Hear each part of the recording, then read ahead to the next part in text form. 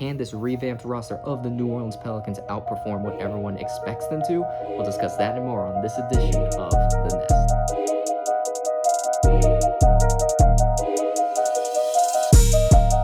Nest. Hello everybody, my name is Rob here on The Nest RXP. Welcome to this October edition and the first edition of many editions to come of The Nest. Brief introductions before we get into it. This is going to be a monthly and possibly more than once a month video series that we'll be discussing on the New Orleans Pelicans here on YouTube, and we've also got TikTok pages and Instagram pages that you can follow as well.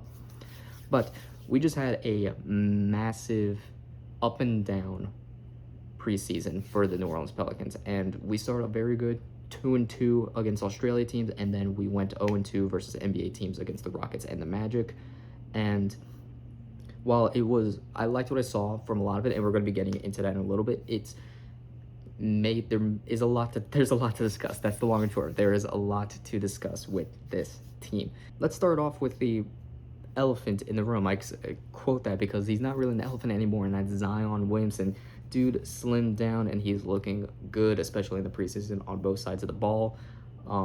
We know Zion's offense is going to be there. He's going to get to the rack. He's going to finish over people. And while there was ups and downs, and he's still getting into his rhythm, against the Magic and the Rockets, he balled out on the offensive end, and I love to see that. But what I want to talk about with Zion is the defensive side. And he has looked incredible on the defensive side, and that's what I love to see, because you cannot be a star in this league, or at least you can't be a superstar in this league and be a complete negative on the defensive side of the ball. And I know there's players that are like that. Luka Doncic is still having his fair share of struggles with the defensive side of the ball. Jalen Brunson, and you got those type of guys. But in a West as loaded as this, you have to at least be somewhat competent on the defensive side. And Zion looks more than competent on the defensive side. His hands have improved drastically. He looks like an actual defensive menace out there, and he's probably been our most impactful defender in the preseason. And yes, I'm saying that over Herb Jones, because Herb Jones only played 2 games, but also just because Zion has just been that impactful, and that's what I love to see. I'm hoping that he stays healthy, and I love to see this offense with him, and we're going to get into the offense later, but I do love what I'm seeing from Zion, and I stay healthy, man. Please love it. Moving on to the next section, let's talk about some of these newcomers. So I'm not going to be talking about all the newcomers. Obviously I'm only going to be talking about the ones we got significant looks at, and then the ones that are actually significant. So I'm not going to be talking about Hunter Dickinson. I'm not going to be talking about Bryce McGowens or anybody like that. They're good. I can make an episode about them, but they're not going to be impactful for us. They're going to be 4th stringers at least. So I'm not super worried about them. What I'm going to be talking about is the guys we got from the CJ trade, the guys we drafted, and just like some of our free agent signings, which I think it was just Kevon Looney. Jordan Poole, how do I put this? Jordan Poole, we got what was advertised. That's the long and short of it. Jordan Poole is exactly what we bought into, and that is a streaky offensive weapon. He's not going to give you much on the defensive side of the ball, although he's not terrible. Not absolutely atrocious, but he's not good on the defensive side of the ball. But he's an offensive weapon, and when he's hitting, he's an offensive weapon, I should say, because he can be very streaky, and we saw that. Even in the game, he can be very streaky. There's first quarters where he bricks and he shot chucks, and then there's next quarter where he's lighting it up.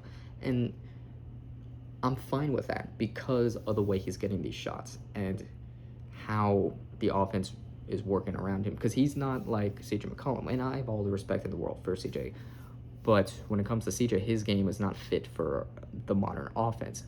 Jordan Poole's is, JP's is. He gets to the basket and he gets threes. That's it. He's not in there taking contested 2s that much, and he's not in there sizing up for like fading 2s or anything like that. He's out there hitting tough 3s and fancy layups, and that's all we need. But no, I love what I saw from Jordan. I don't know what to expect from him in terms of like the future of the team, but I do like him, and I like the relationship that he and Zion have on and off the court. So I'm hoping that he can be a good part for the future, but that is all about money at this point, because he's making $32 million this year, and he's probably going to continue to rise up, and we can't be affording to pay $35+ million for a guy who may be a 6-man. So unless JP steps up and is our solidified 1 or 2 guard for the future, we may need to move off him in some time, but that's a topic for another day. Moving on to his teammates. They were teammates, but he also never actually played with Jordan prior to come to the Pelicans, and that's Saddiq Bey. Saddiq Bey has looked way better than advertised because he's coming off an ACL injury. He hasn't played in 18 months, at least prior to the preseason, and when he came into the preseason, that first game was rough, and then he locked in, and I love it. He's shooting really well. He's showing his offensive creativity with his back to the basket game, his physical game. He is not a perfect 3D player. He's obviously not like a lights out shooter, but he's still a good shooter. But he's still a great 3-and-D guy. His defense is a lot more hustle based than it is skill based. He's not like he's not going to be an all defensive player, but he's not a slouch on the defensive end, and that's what I like. So I'm glad that we got him. If we can get 14 points from him off the bench every single night, that would be huge for us, because that is 6 Man of the Year caliber numbers. Because I believe just a couple years ago we had a 6 Man of the Year win with 15, 16 points per game off the bench. That would be huge for us, especially at that backup wing position, because we are kind of short on, not short, but we're kind of short on those backup wings, especially outside of the big three that we're going to be starting with: Herb, Trey, and Z. Next up, Kevon Looney. There's really just not much to say about Kevon, and that's kind of the sad thing, because Kevon, we got him. We got him. He's going to be exactly what he is, and that's an undersized hustle center with veteran IQ. That's it. And that's not a bad thing. No hate on Kevon. I love that we got him. He will be great, but where he will be great is mentoring Yves Missy, Karlo Makovic, Derek Queen, these guys, and telling them where to be on a defensive side of the court in order to best suit their physicality and things like that. So he'll be best as a mentor. I don't think he'll be like an offensive weapon or even a defensive weapon, but just being there, being a mentor, and being a consistent guy will be huge for us. Also, get well soon. Oh, the big guy. Well, not the big guy, the little guy, but with big talent. And that's my boy, Jeremiah Fears. Zero fears. Dude balled out this preseason, and I love to see it. We got to steal. I'm saying this now. It's preseason. I don't like to jump the gun too much, but dude is locked in, and I love to see it, because not only is he young, he's only 19 years old. He just turned 19 a couple days ago as I'm recording this. He just turned 19. He is still growing. As we saw, he grew an inch in the offseason. He's still growing both literally and metaphorically. He's still growing, and he's already dropping 20 on actual NBA teams, which is incredible to me. His handle is very nice. He can get to the rim with ease. The jump shot's still a little shaky, but it's already consistent enough that he feels confident pulling up from the mid-range and pulling up off the three easily. And while it's not falling with the 37% consistency that you may want to see from a primary ball handler, it's very good for a 19-year-old mid-lottery pick rookie. So I love Jeremiah. A future with Jeremiah Fears, Trey Murphy, and Zion Williamson as our future, that is a nasty big three for the future, and I hope that the three of them can stay together and stay healthy, and that Jeremiah can live up to all these expectations, because sky's the limit for this kid at that point guard position. Last up, Micah Peavy. There's honestly not much to say. He reminds me a lot of Herb, a second-round pick rookie who came in, and he is getting himself onto the court because of his defensive abilities. He's not as long as Herb is, but he's got that killer athleticism, very good vertical leaper, very good laterally. Not the best hands, still not great when it comes to moving side to side and actually like guarding isolation and things like that. But he can also hit the three a lot better than Herb did when he first came into the league. And he's still a really nice, complete player. So I hope Micah Peavy can be great, but we don't need him to be. But I think he will be a solid 3-and-D piece for the future.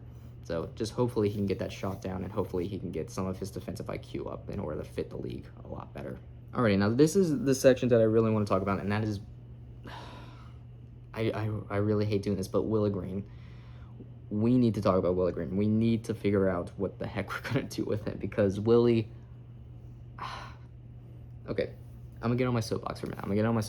Because I'm gonna say this. I don't think the Pelicans can make a deep playoff run with Willie Green as the head coach. I said it. And it is no disrespect to Willie. That is no disrespect to him. When we first got him in 2021 or 2022 or something like that, when we first got him, I fell in love with his coaching style. We made the playoffs.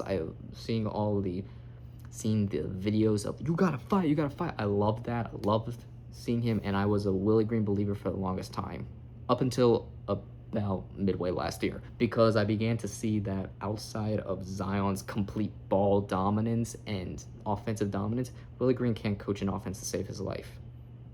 He's a defensive assistant coach, and that's the issue. Okay, let me explain what Willie Green's offensive system is. His offensive system is get the ball to Zion and then just hope for the best. If this happens, maybe do this. If this happens, maybe do this. If this happens, maybe do this. That is Willie Green's offensive style. That is not an offense. That is controlled chaos. And you cannot win an NBA championship or anything in that matter with controlled chaos. It comes down to you need to have actual plays. And don't get me wrong, we run the occasional play. I can see the plays as they are happening, but they are very rarely happening. Willie, you need to be able to actually run consistent offenses and actually call plays for these guys, because you can't just expect them all to work under controlled chaos like that. I'm not going to say we need to fire Willie Green right this second. We don't. Give him like 10 games, because I'm going to be real, it is preseason. Guys like Jordan Poole, guys like Zion, guys like Trey, they have a lot more freedom in the preseason to kind of show off a little bit, earn their spot in the rotation. Well, not earn the spot in rotation, but earn their spot in where they're going to be in the offense. But once the season starts, give Willie 10 games. If we're not seeing that consistent offensive play calling, drop him. Just simply drop him. You have James Borrego, who can serve as a head coach. Promote him to head coach. See how his offense runs. And if it runs a lot better and the defense is still good, because Willie's obviously a defensive coach, so if the defense falls off that much, then you may need to talk to Borrego and find out a middle ground where you get rid of Borrego or find another coach or something like that. But 10 games, Willie, that is all you have to prove that you can actually run a consistent offense. Next up, I want to talk about the center situation, and mainly just because we just lost Kevon Looney for the first couple weeks of the season with his knee injury, I believe it is. I'm not super worried about it. I mean, I am worried about the center situation just because we do have very young and very raw centers for the most part. But I'm also not worried because Kevon Looney being out may be the best opportunity for Yves Missi specifically, and Karl Makovich to a lesser extent. But if Yves can come in, he's going to be starting for the first 2 weeks of games. If he can come in and average stellar numbers, be a great hustle guy, show his defensive IQ and how it's improved and things like that. If he can do that, he can solidify himself as a starter.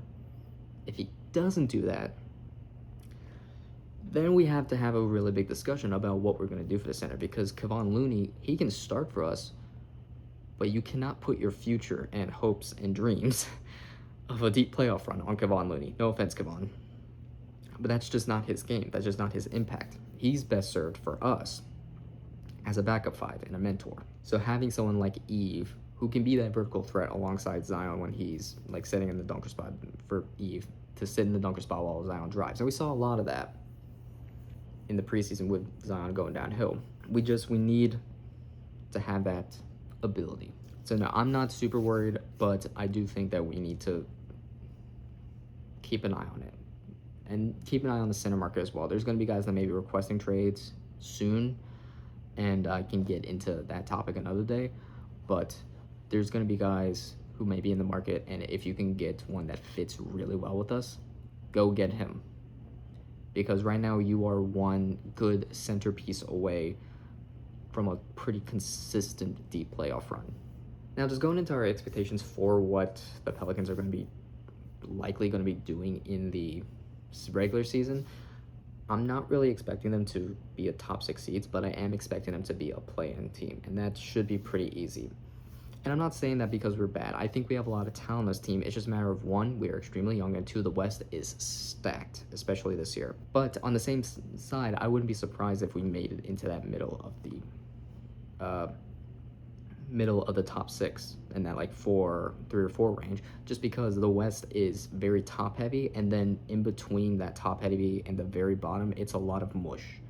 Like realistically speaking, the Nuggets and the Thunder, and before Fred VanVleet's injury, the Rockets were the three powerhouses of the West, easily. Everyone else underneath is kind of in that iffy range where it's like, okay, they could be a top 6 seed or they could be a 10th seed, just depending on how their injuries go and how they actually perform and just the matchups that work out.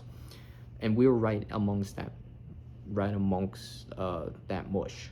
So if things get lucky, we could be in the 5th seed or the 4th seed, while teams like the Clippers and the Mavs and things, they fall down to like the 9th or 10th. Well, on the flip side, we could be a little unlucky and be on the 9th and 10th seeds. It really just depends on how matchups work, how injuries handle us as well as the other teams in the league, and just things like that. But I wouldn't be surprised if we see us in that like 8th or 9th seed for the play-in games. All in all, though, I am loving what I did see from the Pelicans this preseason. It was a massive W for us because it got a lot of guys in rhythm. It got Jeremiah Fears confident in his game, and I'm not gonna lie, I need Jeremiah Fears to have consistent minutes in this regular season. Just looking at the team, I would expect our rotations to kind of look like, at least before DeJounte Murray comes back, it would probably look like Jordan Poole as the starting point guard, Herb Jones as shooting guard, Trey Murphy as small forward. Those two are kind of interchangeable. They're the 2 wings. Zion at the 4 and Yves Missi at the 5. Once Kevon comes back, you can interchange Kevon and Yves, put the other one on the bench.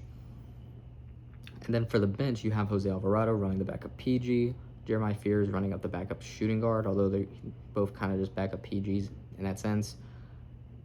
Obviously, Sadiq Bey as the small forward, Carlo Makovic as a backup power forward, backup center, and then Kevon Looney or Yves Missi, whichever one you decide to put on the bench.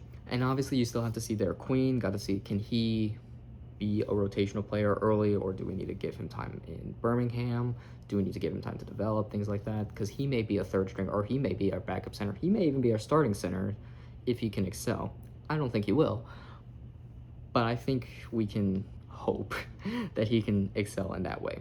But no, that's what I expect for our very, very young New Orleans Pelicans. And the best thing about this team is that we are young. Our oldest guys are DeJounte Murray and Kevon Looney.